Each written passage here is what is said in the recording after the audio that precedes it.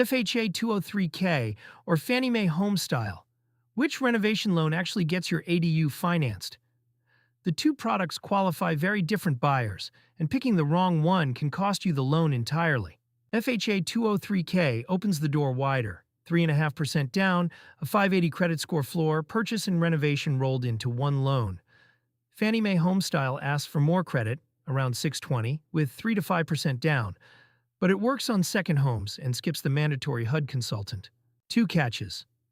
FHA 203K is primary residence only and usually carries mortgage insurance for the life of the loan. HomeStyle's insurance can drop off once you hit 78% loan to value.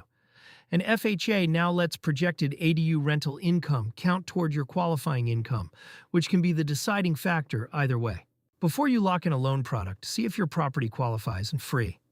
1-800-ADU-PROS matches you with vetted, licensed California ADU builders.